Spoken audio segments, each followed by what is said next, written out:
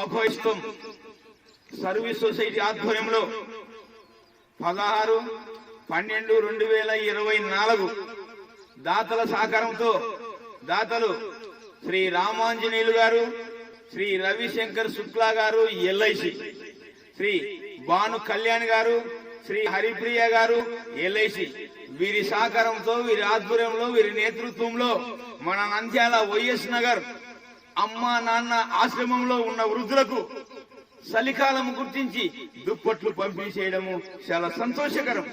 ఈ కార్యక్రమమునకు ముఖ్య అతిథిగా శ్రీ దేరెడ్డి శివనాగిరెడ్డి గారు పాల్గొనడం జరిగింది.